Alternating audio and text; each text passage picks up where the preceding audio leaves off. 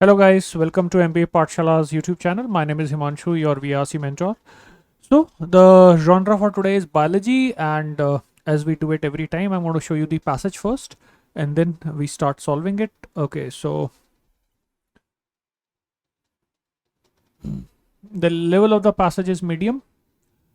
So guys, the first slide, second, third, okay, sorry, third slide, first question, second question, third question, and finally the fourth one.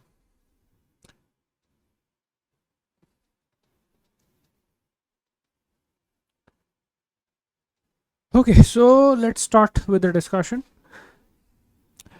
The human gut houses trillions of microorganisms whose combined genetic material outnumbers the host genome by roughly 2 orders of magnitude, an imbalance that has tempted researchers towards a seductive shorthand, treating the microbiome as a discrete organ, hidden lever behind digestion, immunity, even mood.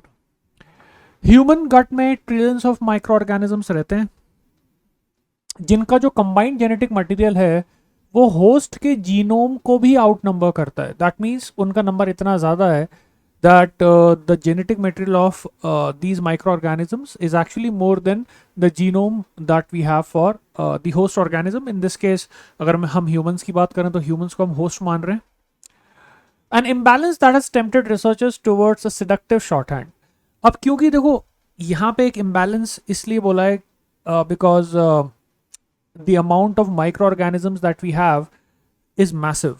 So this has led the researchers to believe कि जो microbiome है वो भी अपने आप में एक organ की तरह ही है. Now this is obviously what the researchers have thought. और जो माइक्रोबायोम है that is responsible for digestion, immunity, mood etcetera. ठीक है, तो जो हमारे अंदर माइक्रो ऑर्गेनिजम्स रहते हैं वो भी एक तरह का ऑर्गन की तरह ही काम करते हैं. एंड देन उनका जो इम्पैक्ट है वो हमारी डाइजेशन पे भी आता है, इम्यूनिटी पे भी आता है और हमारे मूड पे भी आता है. अब ये उनकी हाइपोथेसिस है, किसकी? रिसर्चर्स की. ठीक है, ऐसा उनका मानना है. जर्म फ्री माइस ब्रेड इन स्टेराइल आइसोलेशन डिस्प्ले ऑल्टर्ड गट आर्किटेक्चर, म्यूटेड इम्यून डेवलपमेंट. ऐसे माइस जिनको हम ब्रीड करते हैं स्टेराइल आइसोलेशन में. अब स्टेराइल का मतलब क्या होता है? जहां पे कोई इन्फेक्शन नहीं है, तो वहां पे कोई माइक्रो ऑर्गेनिज्म नहीं होगा. ऐसे माहौल में अगर आप माइस को रखते हो तो उनके गट का आर्किटेक्चर चेंज हो जाता है. दैट मीन्स कि उनके गट की वर्किंग चेंज हो जाती है. Okay, what else? Immune development mute हो जाता है. मतलब ऑब्वियसली इम्यूनिटी आपकी ढंग से काम नहीं करती.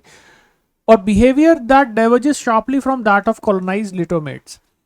और उनका जो बिहेवियर है वो भी बाकी जो उनकी लिटर के जो मेंबर्स हैं उनसे काफ़ी अलग हो जाता है.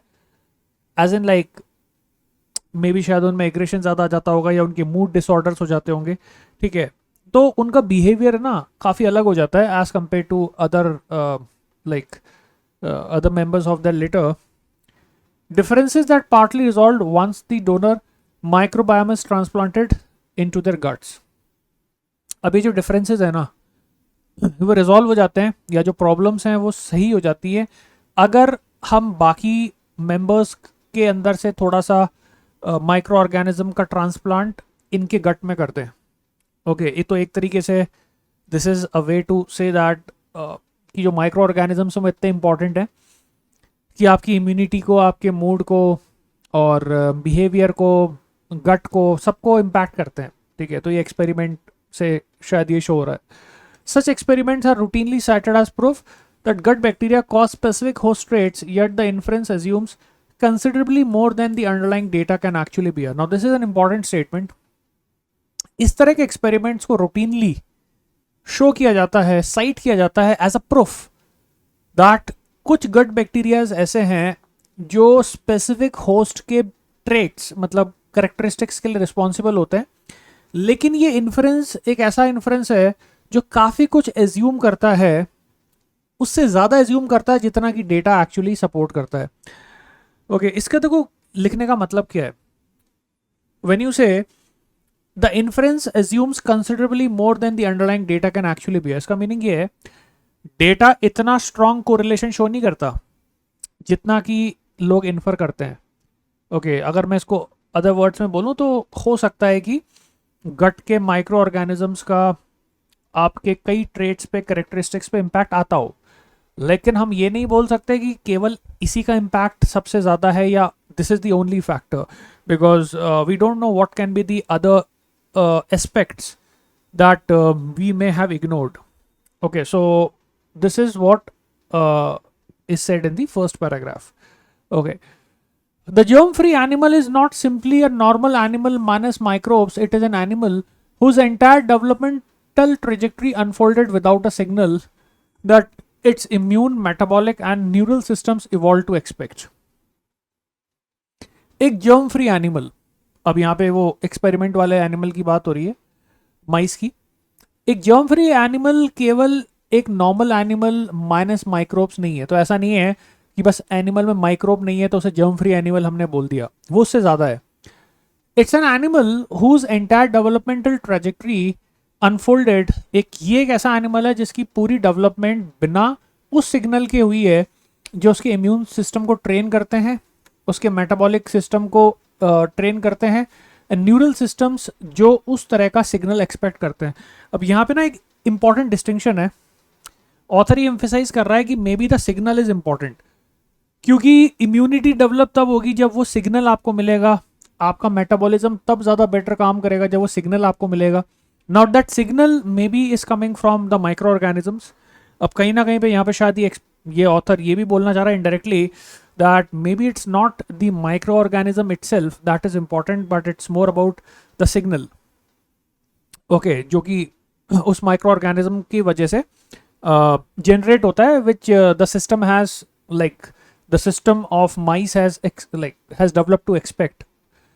So any downstream differences may reflect that missing signal rather than the specific organisms later reintroduced. Now this is a very very important distinction that the author is trying to make. अब मैं यहाँ पे इसको ना थोड़ा simple language में समझाता हूँ. तो ऑथर ये एम्फेसाइज कर रहा है कि ऐसा हो सकता है कि माइक्रो ऑर्गेनिज्म इटसेल्फ का उतना इंपॉर्टेंस नहीं हो आपके किसी की बॉडी के ट्रेट में, है ना, जैसे इम्यूनिटी हो गई, लेकिन जो माइक्रो ऑर्गेनिज्म आपकी बॉडी को सिग्नल देता है. अब सिग्नल से यहाँ पे मीनिंग क्या है? लेट अस से कि अगर आपकी बॉडी को ये फील ही नहीं हो रहा कि एनवायरनमेंट में कोई माइक्रोब्स हैं, तो आपकी बॉडी इम्यून सिस्टम को रैंप अप क्यों करेगी? Okay, to give an example, like for example if we do an exercise, तो exercise is a signal to your body that you need to be stronger. Because जब आप late से weight lift कर रहे हो या फिर आप रनिंग कर रहे हो तो वो एक सिग्नल होता है आपकी बॉडी को कि you have to perform better. तो अब यहाँ पे ना इंपॉर्टेंट डिस्टिंक्शन ये इसलिए है क्योंकि ऑथर पता है यहाँ पे ना स्पेसिफाई कर रहा है कि यार मे बी ये ऑर्गेनिज्म खुद इंपॉर्टेंट नहीं है, माइक्रो ऑर्गेनिज्म खुद इंपॉर्टेंट नहीं है, बट उसकी वजह से जो सिग्नल जाता है कि यार आपके आसपास के माहौल में काफ़ी ज़्यादा जर्म्स हैं तो इम्यूनिटी को बढ़ाने की ज़रूरत है, नहीं तो अदरवाइज आपकी बॉडी कोप नहीं कर पाएगी. ठीक है, तो वो सिग्नल इंपॉर्टेंट है. And this is a very very important distinction. This ambiguity resurfaces directly in clinical practice. Fecal microbiota transplanted cures recurrent Clostridioides difficile infection with striking reliability. अगर हम फीकल मैटर को, ठीक है, ट्रांसप्लांट करते हैं, मतलब एक हेल्दी माइस का फीकल मैटर मैंने लिया और उसको मैंने ट्रांसप्लांट कर दिया किसी दूसरे माइस में, तो हमें ये देखने को मिलता है कि इनकेस अगर दूसरे माइस में क्लॉस्ट्रियोडिस डिफिसाइल इन्फेक्शन था तो वो सही हो जाता है. Okay, a success frequently invoked as evidence that deliberately manipulating the microbiome can reliably treat disease across a much broader range of conditions than the original procedure was ever tested against. Again यहाँ पे author वही बात emphasise कर रहा है जो उसने पहले बोली थी कि जो ट्रांसप्लांट आप करते हो फीकल मैटर को, जिससे जो नॉर्मल माइस है या जो नॉर्मल ऑर्गेनिज्म है उसका आपने माइक्रोबायोम लेके एक दूसरे माइस या किसी दूसरे ऑर्गेनिज्म में ट्रांसप्लांट कर दिया, और लेट्स से कि उससे पहले इन्फेक्शन हो रहा था ये वाला स्पेसिफिक इन्फेक्शन क्लोस्ट्रियोइडिस डिफिसाइल, और वो इन्फेक्शन ट्रीट हो गया, तो लोग इसको इस चीज़ का सबूत मान लेते हैं कि माइक्रोबायोम को सही करने से या फिर फीकल ट्रांसप्लांट से जो माइक्रोबायोम को ऑल्टर करता है उससे डिजीजेस को सही किया जा सकता है। लेकिन अगर आप ध्यान से देखोगे तो इन्होंने सिर्फ इसको एक डिजीज के लिए टेस्ट किया है विच हैज़ बीन मेंशन्ड। बाकी डिजीजेस में या बाकी प्रॉब्लम्स में काम करेगा कि नहीं करेगा, much broader range of conditions में ये प्रोसेस काम करेगा कि नहीं करेगा हमें नहीं पता, बट लोग इसको ज़्यादा एज्यूम कर लेते हैं इसकी एफिशिएंसी को of like faecal transplant and all that. Yet, C. difficile infection is a case where one dominant pathogen has crowded out the otherwise depleted community, and restoring microbial diversity directly displaces that single culprit. अब author कह रहा है कि infection के case में क्या होता है कि एक जो इन्फेक्शन वाला जो पैथोजन है उसने पूरे गट को डोमिनेट कर लिया होता है। तो जैसे ही आप एक हेल्दी फीकल ट्रांसप्लांट करते हो तो फिर डाइवर्स माइक्रोबायोम आ जाता है, क्योंकि जो हेल्दी वाला है उसके अंदर तो और भी तरह के माइक्रो ऑर्गेनिजम्स होंगे ना, बेनिफिशियल वाले भी होंगे। तो इसकी वजह से ये इन्फेक्शन ठीक हो जाता है, क्योंकि पहले ये पैथोजन ने डोमिनेट कर रखा था, अब बाकी जो डाइवर्सिटी आ गई, माइक्रोबायल डाइवर्सिटी आ गई, तो सिंगल कल्प्रिट को वो लोग आउट नंबर कर देते हैं, है ना, क्योंकि अब बाकी आ गए तो वो उसको उतना ग्रो नहीं होने देंगे। ठीक है, सो obviously that is how the logic has been explained, right? The same transplantation procedure attempted for obesity or depression has produced inconsistent and often modest results. अब देखो यहां से क्या पता चल रहा है कि एक पर्टिकुलर इन्फेक्शन के केस में तो ये चीज काम कर जाएगी, लेकिन अगर मैं इसी प्रोसेस को जिसमें माइक्रोबियल डाइवर्सिटी को मैं बढ़ाता हूं गट के अंदर या फीकल ट्रांसप्लांट करता हूं, तो ओबेसिटी और डिप्रेशन जैसी कंडीशंस में ना इस चीज़ के बहुत नॉर्मल, बहुत सो रिजल्ट रहे हैं और इनकंसिस्टेंट रिजल्ट हैं। दैट मीन्स यहाँ पे रिजल्ट नहीं आ रहा, because those conditions likely involve diffuse redundant microbial contributions rather than one डिस्प्लेसेबल organism. और इसके पीछे रीजन ये है कि वो जो कंडीशंस है, ठीक है, they are more diffuse, they are more like there could be other factors involve, okay, which like है ना, which could have certain aspects of microbial contribution rather than कि एक ऑर्गेनिज्म को एक माइक्रो ऑर्गेनिज्म को डिस्प्लेस करना है। क्योंकि पुराने वाले केस में तो ऐसा था कि इन्फेक्शन के केस में बस आपको उसकी मेजोरिटी को हटाना था, तो आपने डाइवर्सिटी ला दी, डाइवर्सिटी माइक्रो ऑर्गेनिज्म की बढ़ने की वजह से obviously now you have a healthy organism, because एक डोमिनेट कर रहा था एक इन्फेक्शन। लेकिन ये बाकी की जो कंडीशंस हैं they are more complex, right, okay, and they may involve a variety of aspects, okay, so ये सही नहीं हो पाती उससे। Proponents sometimes lead this distinction, extrapolating from a narrow clinical triumph into a general theory of gut-driven disease, while skeptics counter that most human microbiome research remains correlational, drawn from population studies that cannot establish which direction causation runs. Okay, now this is a very very important statement.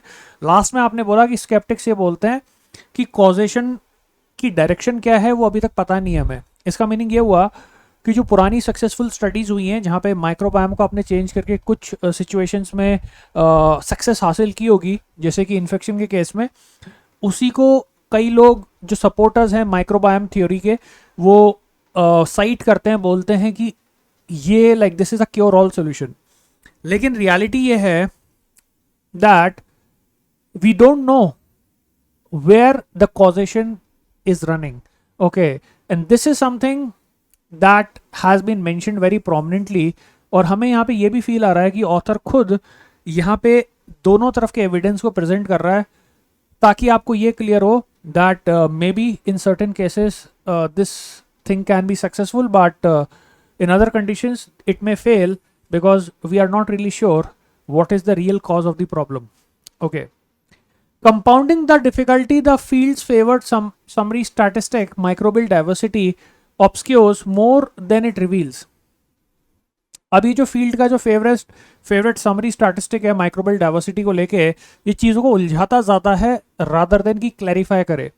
Two guts with identical diversity scores can house entirely different species performing entirely different functions, and a community's resilience often depends less on how many species are present than on whether functionally redundant organisms can substitute for one another under stress. Okay, now this is again one new thing that he has mentioned कि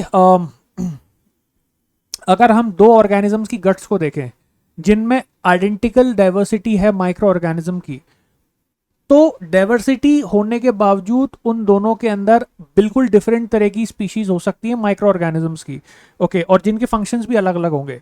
okay, इसका simple language meaning ये हुआ कि diversity के कई मायने हो सकते हैं। हो सकता है कि एक पर्सन में भी डाइवर्सिटी, दूसरे पर्सन में भी डाइवर्सिटी है, लेकिन दोनों डाइवर्सिटीज का जो ब्रेकअप है वो अलग अलग है ना, दोनों के अंदर माइक्रो ऑर्गेनिजम्स का ब्रेकअप अलग अलग हो सकता है।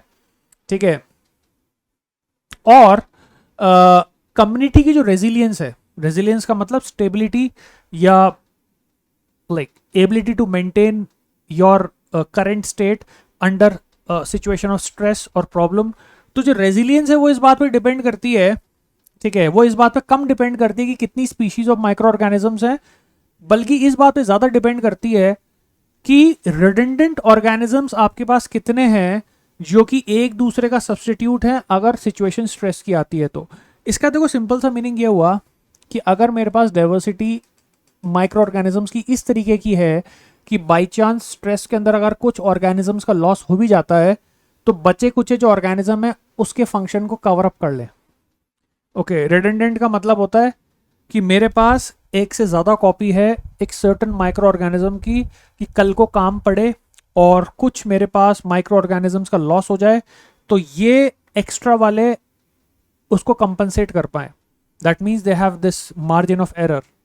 ओके, तो उनके पास let's say 20-30-40% margin of error है कि अगर इन्फेक्शन के टाइम पे या स्ट्रेस के टाइम पे अगर लॉस होता भी है कुछ माइक्रो ऑर्गेनिजम्स का तो they can cover up. Okay, and this is the important part. Okay, अब यहाँ पे देखो क्लैरिफाई वो कर रहा है, it's not the diversity that is important. What is more important is the redundant microorganisms that could actually substitute for one another. That's a more important condition for like the stability and for the best performance of these microorganisms. This gap has left commercial probiotic marketing considerably ahead of the underlying science. अब ये जो gap है ना, इस gap को अगर हम देखते हैं मार्केटिंग के हिसाब से तो मार्केटिंग एक्चुअली साइंस से भी आगे निकल रही है। दैट मीन्स कि जो प्रोबायोटिक्स की जो मार्केटिंग है, मार्केटिंग ओवरसेल कर रही है एज कंपेयर टू जो साइंस ने प्रूव किया है। Offering standardised products for a biological system whose defining features on the evidence gathered so far may turn out to B इररिड्यूसिबली individual. Again a very important point. ठीक है, देखो probiotics की जो marketing है वो साइंस से आगे निकल रही है। क्यों? क्योंकि प्रोबायोटिक्स स्टैंडर्डाइज्ड प्रोडक्ट्स ऑफर करते हैं बायोलॉजिकल सिस्टम के लिए, लेकिन बायोलॉजिकल सिस्टम का खुद का स्टेबिलिटी का जो एविडेंस है that turns out to be very individual specific. Simple भाषा में आप कोई भी ऐसा प्रोबायोटिक नहीं बना सकते जिसमें आप ये क्लेम कर पाओ that this probiotic will solve your problems, because आपकी गट में वो माइक्रो ऑर्गेनिजम्स किस तरीके से बिहेव करेंगे और क्या उनका रिस्पॉन्स रहेगा, that would differ from individual to individual. So it's impossible for any probiotic to claim that this probiotic can treat your disease. Okay, सो उस सेंस में ऑथर बोल रहा है कि प्रोबायोटिक्स की जो मार्केटिंग है ना वो साइंस के भी आगे जा रही है। मतलब साइंस इतना प्रूव नहीं कर पाई बट साइंस से ज़्यादा प्रोबायोटिक्स की मार्केटिंग चल रही है। Okay, first question, which of the following best captures the central concern of the passage? Passage का मेन कंसर्न क्या है? ऑप्शन देते हैं। The passage argues that fecal microbiota transplantation can't replace conventional treatment for obesity and depression despite its proven success against Clostridius difficile infection. अब ये passage में दे रखा है, दिस इज गिवन, कि पैसेज ये जरूर कह रहा है कि जब फीकल माइक्रोबायोटा का ट्रांसप्लांट होता है, ठीक है, तो ये कोई क्योर ऑल सोल्यूशन नहीं है। बट अगर मैं यहाँ पे ये बोलूँ कि पैसेज पूरा का पूरा इस चीज़ के बारे में है कि ओबेसिटी और डिप्रेशन को टारगेट करके आप ये बोलना चाह रहे हो कि फीकल माइक्रोबायोटा नॉर्मल ट्रीटमेंट से ज़्यादा इफेक्टिव नहीं है, तो ये बात गलत है।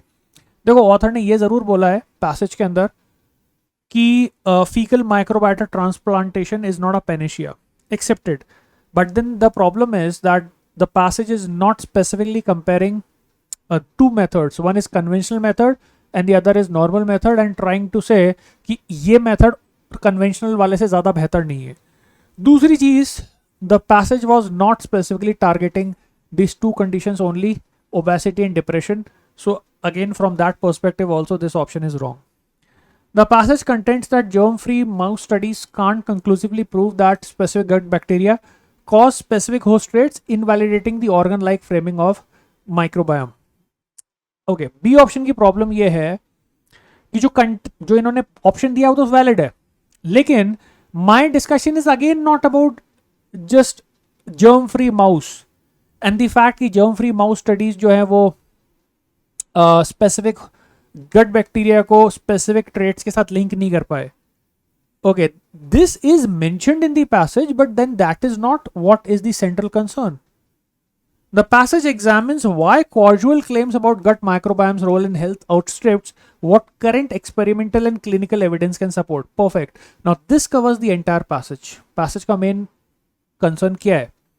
Passage का main concern ये है कि जो gut microbiome के role को लेके जो claims हैं या जो कई लोगों का belief है या जो मार्केटिंग हो रही है कुछ केसेस में, वो साइंस सपोर्ट नहीं करती, बिकॉज क्लिनिकल एविडेंस इतना स्ट्रांग अभी तक हमें नहीं मिला है. So yes, there is a role, but then clinical evidence is not that much strong. C option is a all encompassing option. ये पूरे पैसेज को टारगेट कर रहा है. The passage claim that microbiome diversity is not the single most reliable indicator of gut health, a claim probiotic manufacturer already successfully claim that probiotic manufacturers have already commercialized successfully. Now एक तो ये statement factually wrong हो गई, ठीक है. क्यों? क्योंकि अगर पैसेज ये क्लेम करता है कि microbial diversity single most reliable indicator नहीं है, दैट मीन्स कि इस चीज़ का तो कमर्शलाइजेशन हो ही नहीं सकता, ठीक है. बिकॉज आप तो डी ऑप्शन को अगर आप देखोगे तो माइक्रोबियल डाइवर्सिटी को आप इंपॉर्टेंट फैक्टर बता ही नहीं रहे, तो how can probiotic manufacturers sell more probiotics using that claim, right? Okay, probiotic manufacturers तो इनफैक्ट ये प्रूफ बोलना चाह रहे हैं कि microbiome is very very important for like host of conditions. तो ये तो एक तो फैक्चुअली रॉन्ग है. दूसरा, this is not even the main target. Even if I change this statement, okay, then also this is not what is the main concern. Okay, probiotic manufacturers क्या बोलते हैं क्या नहीं बोलते, वो एक secondary concern था passage में.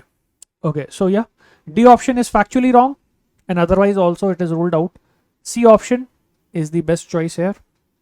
Moving ahead, tone of the author towards claims of causal organ like gut microbiome is best described as. Obviously author इसको support नहीं कर रहा.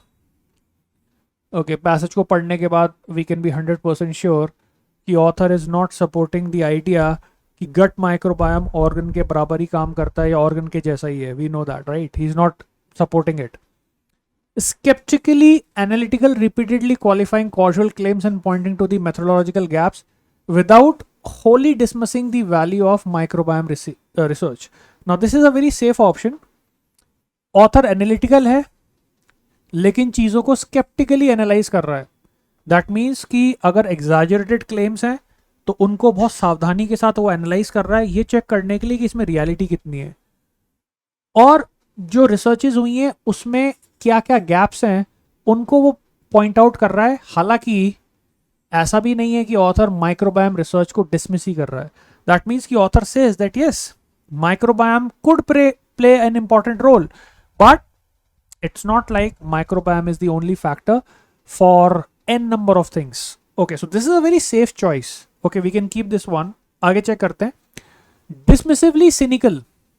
Author cynical तो नहीं लग रहा. That is for sure. Suggesting that microbiome research is little more than commercial hype with no genuine scientific basis. Okay, now guys, this is a very strong option. If I say it has no scientific basis, it means the author is absolutely against the whole idea of microbiome and all that. Okay, and I've used the word cynical, which is very very strong. Author is not so negative. This is ruled out for sure. uncritically neutral, presenting competing claims about the microbiome without indicating which explanations are better supported by evidence. Okay, now this is again a good choice. Author है uncritically neutral, present कर रहा है competing evidence about the microbiome without indicating which explanations are better supported by evidence. Okay, last वाला part थोड़ा सा गड़बड़ है. Author ने एक्चुअली बताया है कि कौन सा एक्सप्लेनेशन जो है वो एविडेंस से ज़्यादा बेटर सपोर्ट होता है. ठीक है, क्यों? क्योंकि अगर आप पैसेज को रीड करोगे तो you will realize that the author has pointed out very very specifically कि जो एक्चुअल रिसर्च हुई है उसमें ये पता चला है कि माइक्रोबायोम का जो रोल है उसमें अभी तक कॉजुअल रिलेशनशिप स्टैब्लिश नहीं हो पाया है कि एग्जैक्टली रियल कॉज क्या है उन प्रॉब्लम्स का या कुछ ट्रेट्स का. ठीक है, so this option when I say without indicating which explanations are better supported by evidence, this part is invalid. ठीक है, बाकी स्टार्टिंग वाला हाफ सही था. सो बेस्ट चॉइस कौन सी होगी? स्केप्टिकली analytical. Okay, that is second option. A research finds that patients with rare autoimmune disorders show distinct gut bacterial signature versus healthy controls and proposes that altering this community would cure the disorder.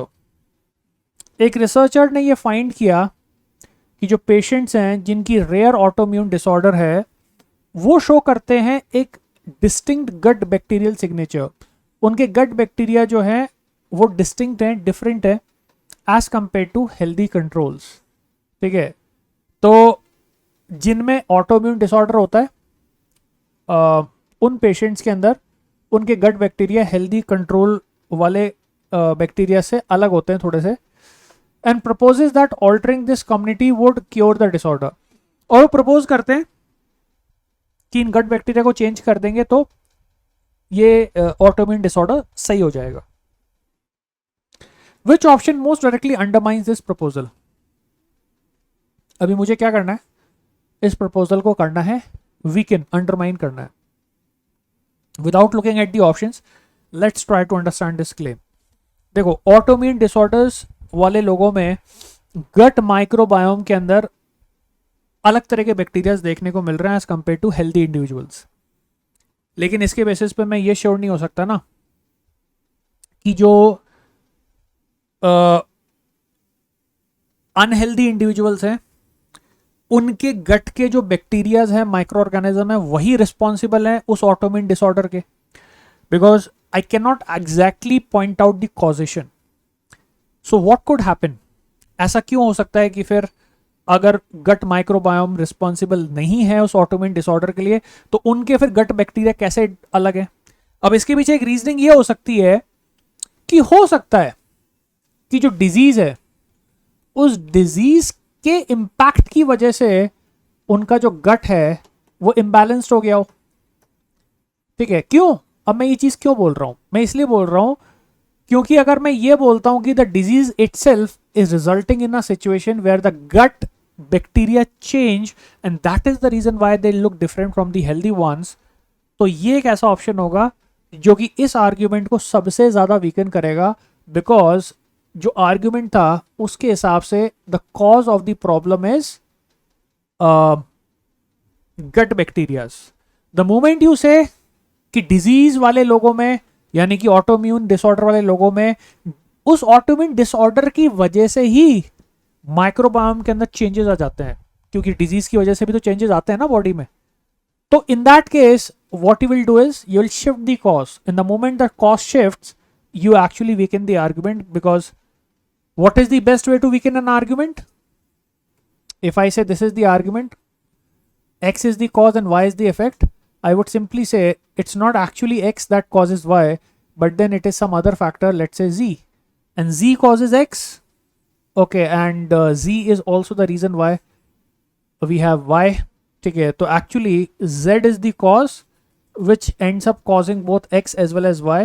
So real cause is Z, not X, and that is what would happen when I say कि disease की वजह से gut bacteria change हो जाते हैं. Alright, तो यहाँ पे ऑप्शंस को एक बार चेक करते हैं. The disorder bacterial signatures identified using next generation sequencing technique more sensitive than the methods used in earlier studies. Disorder में जो बैक्टीरियल सिग्नेचर है उसको आइडेंटिफाई करने के लिए एक नेक्स्ट जनरेशन की सीक्वेंसिंग टेक्नोलॉजी का यूज किया गया, जो कि ज्यादा बेटर है अदर मेथड से जो पहले यूज होते थे. यार लेकिन इसमें प्रॉब्लम ये है कि आप तो ये कह रहे हो कि जो ये बैक्टीरियल सिग्नेचर आपने देखा उसका डेटा बिल्कुल सही है. अगर उसका डेटा बिल्कुल सही है तो वीकन कहाँ कर रहा है? तो फिर तो एक तरीके से you are just becoming more sure that there is no problem in the experiment itself. Okay, the experiment has been conducted in a flawless manner. That is only what A option is saying, कि जो तुमने major किया था कि gut bacteria autoimmune individuals के अंदर अलग होता है, वो एक्सपेरिमेंट तुम्हारा सही था. ठीक है, तो इसमें वीकन कहाँ हुआ? The disorders symptoms partially overlap with those of other autoimmune conditions that have no documented bacterial association. Disorder के जो सिम्टम्स हैं वो पार्शियली ओवरलैप करते हैं अदर ऑटोम्यून कंडीशंस के साथ. मतलब इस डिसऑर्डर में जो सिम्टम दिखते हैं वो कई और ऑटोम्यून डिसऑर्डर्स के अंदर भी सिम्टम दिखते हैं. तो वो ऑटोम्यून डिसऑर्डर्स जो होते हैं उनके अंदर कोई बैक्टीरियल एसोसिएशन नहीं देखा जाता. अब देखो यहाँ पे ना सिर्फ डिसऑर्डर के सिम्टम्स में ओवरलैप दिखाया जा रहा है, लेकिन अगर मेरे को इसको वीकन करना है ना तो I can not actually weaken it by targeting the symptoms. Okay, I have to target the cause itself. Because मेरा मेन आर्ग्यूमेंट क्या था? मेरा मेन आर्ग्यूमेंट ये है that the cause of autoimmune disorder is the bacteria, is the bacterial composition और the bacterial type, micro organism. ठीक है, microbiota कह लो. ओके, तो ये तो सिम्टम्स को ट्रेस कर रहा है ना. अगर मेरे को इसको वीकन करना है तो I would actually target the cause, because that is the main thing that needs to be targeted to weaken it. A distinct bacterial community could plausibly be an effect of disease altered gut physiology. जो मैंने आपसे बात की थी, this is the best choice. ये basically ये कह रहा है, जो यहाँ पे मैंने डायग्राम बनाया था, कि let us say Z is the real cause and this is the autoimmune disorder. अब ये जो autoimmune disorder है इसकी वजह से आपको इम्पैक्ट देखने को मिलता है जो भी सिम्टम्स वगैरह हैं. और ये ऑटोइम्यून डिसऑर्डर जो है ये गट को भी चेंज कर देता है. ठीक है, अब होगा क्या कि when you actually look at the fact that जिस पर्सन में गट के माइक्रोबायोम डिफरेंट हैं और उसमें वो सिम्टम्स आ रहे हैं जो ऑटोइम्यून वाले हैं, ठीक है, या ऑटोइम्यून को आपने किसी और तरीके से डिटेक्ट किया मार्कर वगैरह से, तो भी वो ऑटोइम्यून कंडीशन अगर वो आपने डिटेक्ट की और आपको पता है कि गट भी चेंज है, तो हो सकता है कि आपको गलतफहमी हो जाए कि गट की वजह से ही ऑटोइम्यून डिसऑर्डर हुआ है. लेकिन रियलिटी में ऑटोइम्यून डिसऑर्डर दोनों चीजें कर रहा है. वो गट को भी चेंज कर रहा है और वो सिम्टम्स भी प्रोड्यूस कर रहा है, which may confuse some people to actually assume that what they identify as autoimmune disorder is getting caused by the condition of gut. Okay, but reality में जो गट बैक्टीरिया हैं वो खुद ही ऑटोइम्यून डिसऑर्डर की वजह से चेंज हो गए हैं. Okay, so disease altered gut physiology. So the bacteria are not the reason. Bacteria themselves are getting changed due to autoimmune disorder, right? So this option is actually weakening the cause and effect relationship mentioned in the actual question. D option क्या कह रहा है? Healthy control subjects were recruited from different geographic region than the patients with the disorder. देखो, healthy control subjects को आपने एक अलग geographic region से लिया एज कंपेयर टू उन पेशेंट्स के जिनको ये डिसऑर्डर हुआ था. ठीक है, अब ये जो ऑप्शन है, ये ऑप्शन अगेन मेरे एक्चुअल कॉज एंड इफेक्ट वाले रिलेशनशिप को इम्पैक्ट नहीं कर रहा. कुछ हद तक मे बी शायद यहाँ पे बस एक स्टडी के मेथड पे क्वेश्चन मार्क ज़रूर लगाते ही है, क्योंकि आपको एक ही रीजन से सारे पार्टिसिपेंट्स को लेना चाहिए था, तभी आप टेस्ट ज़्यादा बेटर कर पाते. But this is not going to weaken the actual argument. Okay, that can only be weakened when you target the cause. Okay, which is C option. And finally, the last question, guys, fourth one. So this is what you can try. Okay, now obviously, as we have already discussed the passage, I believe you can give a good shot to what is the possible answer to this question. So have a look and leave the answer in the comments. Okay, so that you can check with other students what they have marked. Okay, I would be sharing the correct answer, okay, after some days. Okay, so try it out. And then finally, guys, before we wind up, all of you are preparing for CAT 2026, guys, check out the self-paced batch. तो self paced batch में आपको मिल जाती हैं सारी की सारी recordings जो कि आपको डे 1 से अवेलेबल रहती है. The name of the batch itself self paced means that आप इसको अपने हिसाब से कर सकते हो. ठीक है, तो you can decide which topic you would like to study, किस पेस पे आपको पढ़ना है, कौन सा टॉपिक करना है. ठीक है, so you get all the pre recorded sessions. You also get 100+ live sessions जो कि आपको मिलते हैं हमारे बूस्टर बैच में. तो बूस्टर बैच के 100+ लाइव सेशंस भी आपको इसमें मिलते हैं. You also get 150+ topic tests with videos. You also get 30 sectional tests. You also get 25 full-length mocks with video analysis. Right? So all these things are there. Okay. Study plan, planning, study material, performance analysis. Okay. So all these things are there. So you can check out the batch on our website. And then finally the last mile batch. Okay. So if you're interested in live sessions, so this is the full comprehensive live batch that we have. Okay, you can check out the details. What all do you get? You can also call on the office numbers to actually have better understanding of what this batch offers you. Okay, so that's it, guys. आज के लिए इतना ही. ठीक है, हम मिलते हैं next session में. Do like the session if you think this added value, and leave a comment if you think that you learned something new. I'm going to see you in the next session. Bye bye. See you.